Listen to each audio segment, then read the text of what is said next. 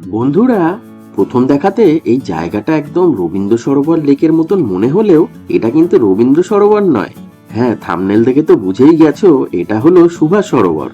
জায়গাটা এত সুন্দর হওয়া সত্ত্বেও এখানে কিন্তু কোনো প্রবেশ মূল্য নেই। বিশাল বড় লেকের পাশাপাশি এখানে আছে একটি পার্ক, বাগান, মন্দির ও প্রচুর বসার জায়গা। সম্পূর্ণ লেকটা আজ ঘুরতে ঘুরতে জেনে নেব এটি কলকাতার ঠিক কোথায় অবস্থিত, কি করে আসবে এখানে, এটি কবে কখন বন্ধ থাকে, বাড়ির খাবার নিয়ে কি এখানে প্রবেশ করা যায়, পার্কিং কোথায় করবে, সাথে থাকবে আরো অনেক খুঁটিনাটি তথ্য। চলো তাহলে ভিডিওটা একদম প্রথম থেকে শুরু করা যাক। ভিডিওটা ভালো লাগলে চ্যানেলটা সাবস্ক্রাইব করতে ভুলো না কিন্তু।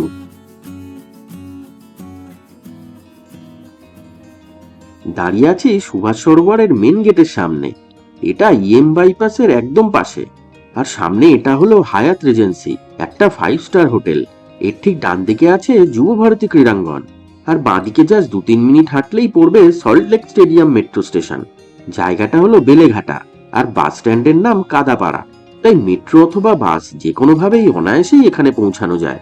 এছাড়া আর কি ভাবে এখানে আসা যায় সেটা একটু পরে বলছি, আগে চলো ভেতরে ঢোকা যাক।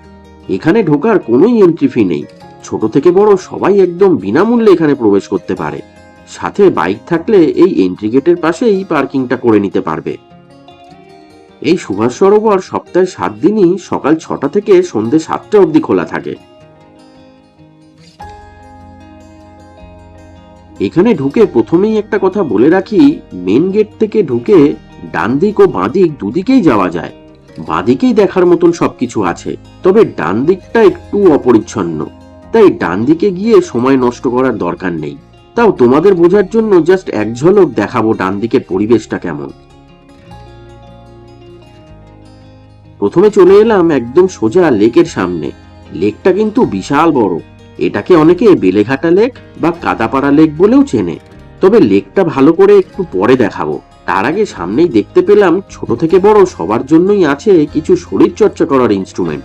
এখন এগুলো ফাঁকা থাকলেও আমার তো মনে হয় একদম সকালের দিকে ও বিকালের দিকে এখানে অনেকেই শরীর চর্চা করতে আসেন। চলো ডান দিকটা অল্প করে একটু ঘুরে দেখাই তোমাদের। ডান দিকে একটু এগোলেই দেখতে পাবে অনেকেই ছিপ নিয়ে মাছ ধরছেন।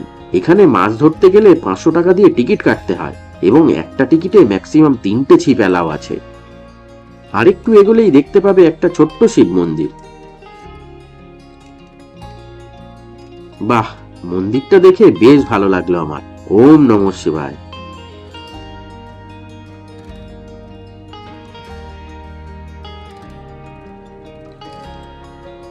লেকের ডান দিকে আর তেমন কিছু দেখার নেই, বসার জায়গাও নেই কোনো। তাই এগিয়ে গেলাম লেকের বাঁ দিকে। আরেকবার ভালো করে দেখিয়ে দিই। ওই যে দেখো বাইপাসের ধারে মেন এন্ট্রি গেট, ওটা থেকে ঢুকে যেতে হবে বাঁ দিকে। তাহলে এই সুভাষ সরোবরের ভালো সবকিছু দেখতে পাবে। আমিও তাই চললাম এবার ওদিকে। লেকটা কি সুন্দর দেখো। রবীন্দ্র সরোবরের মতন অত বড় না হলেও এটাও বেশ ভালোই বড় আকারে। আর এই লেকের সামনে দাঁড়ালে মাঝে মাঝেই দেখতে পাবে গ্রিন লাইন মেট্রো যাচ্ছে, মানে হাওড়া শিয়ালদা সেক্টর 5-এর যে মেট্রো লাইন সেইটা।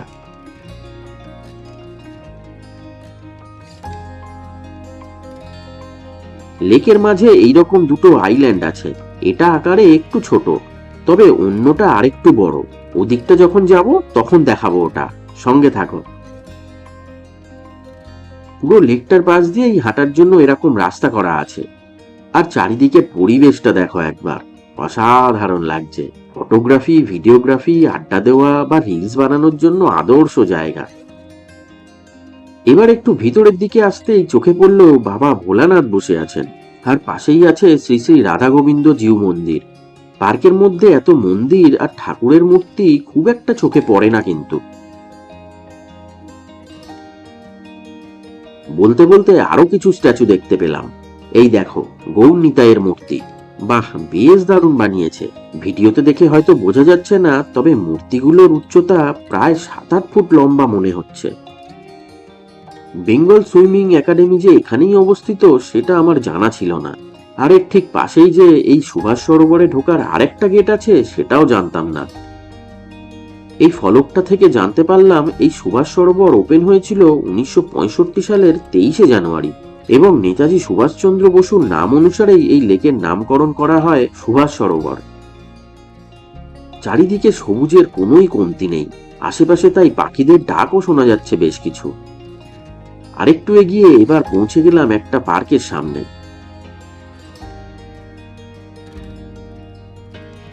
এটা একটা চিলড্রেন্স পার্ক, বেশ ভালোই সুন্দর পরিষ্কার পরিচ্ছন্ন পার্কটাতে স্লিপ দোলনা বেশ অনেকগুলোই আছে দেখছি। এবং এই চিলড্রেন্স পার্কটা দেখে তো বুঝতেই পারছো এই সুভাষ সরোবর কিন্তু শুধুমাত্র কাপলদের জন্য নয়, ছোট থেকে বড় সবাই আসতে পারে এখানে।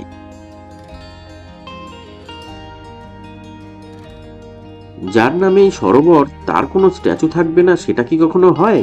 তাই বাঙালির গর্ব, সারা ভারতের গর্ব, নেতাজি সুভাষচন্দ্র বসুর একটা আবক্ষ মূর্তি স্থাপিত করা আছে এখানে।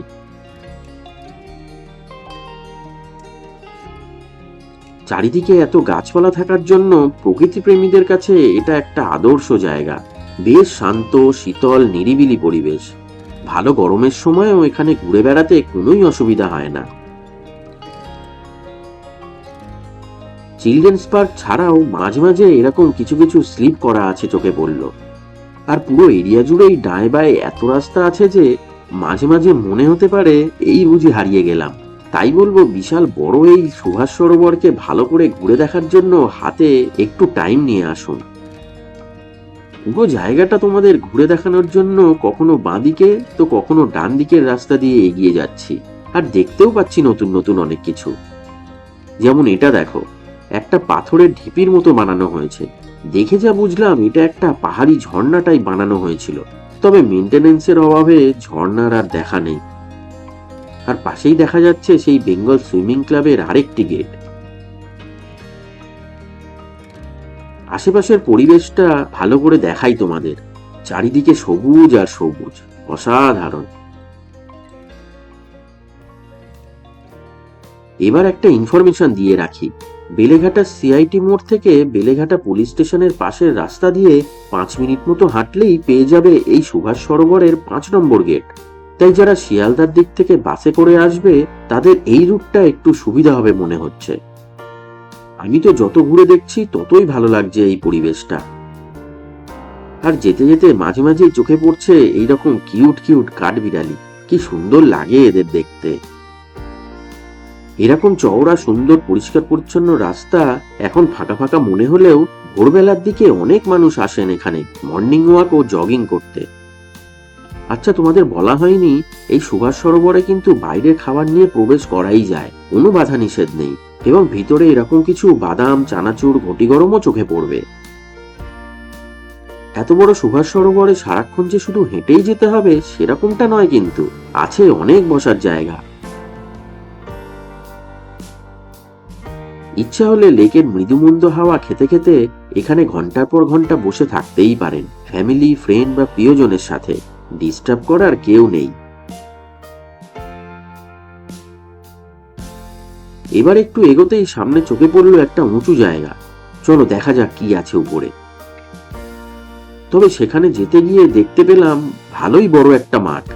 লোকাল ছেলেরা ক্রিকেট খেলছে এবং এটা দেখে ছোটবেলার কত স্মৃতিই না মনে পড়ে গেল। এই মাঠের ঠিক পাশেই আছে একটা গেট, আর এই গেটটা দিয়েই যেতে হবে সেই উঁচু জায়গাটাতে।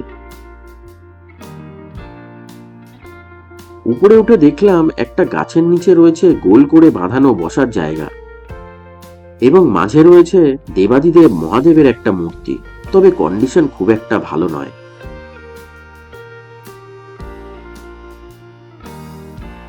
চারিদিকটা ঘুরতে ঘুরতে যা বুঝছি, এই সুভাষ সরোবর এত বড় এরিয়া নিয়ে অবস্থিত, তাই আরেকটু বেশি নজর দিয়ে এখানে অনেক কিছুই করা যেতে পারত, আর অনেক বেশি সুন্দর করে সাজানো যেত জায়গাটা। জানি না কেন কর্তৃপক্ষ এত সুন্দর জায়গাটার দিকে একটু বিশেষ নজর দিচ্ছে না।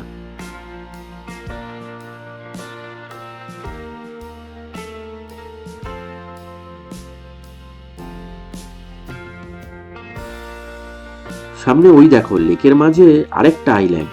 প্রথমে যেটা দেখিয়েছিলাম সেটা আকারে একটু ছোট ছিল, তবে এটা আরেকটু বড়।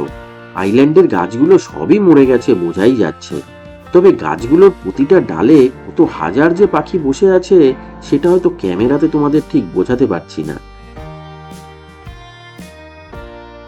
পুরো জায়গাটা আরো এদিক ওদিক ঘুরতে ঘুরতে এবার আবার একটু বলে দিই, এই সুন্দর সুভাষ সরোবর লেকটাতে তোমরা আসবে কি করে। যদি শিয়ালদা বা হাওড়া থেকে আসো তাহলে মেট্রো ধরে নামতে হবে সল্ট লেক স্টেডিয়ামে। তারপর জাস্ট 3-4 মিনিট হাঁটা পথ, যেমনটা ভিডিওর প্রথমেই দেখিয়েছিলাম। এছাড়া বাসে করে আসলে ধরতে হবে বাইপাসগামী বাস এবং নামতে হবে যুবভারতী ক্রীড়াঙ্গনের পাশে হায়াত হোটেল বা কাদাপাড়া স্টপেজে, বা বেলেঘাটা সিআইটি মোড় বাস স্টপেও নামতে পারো।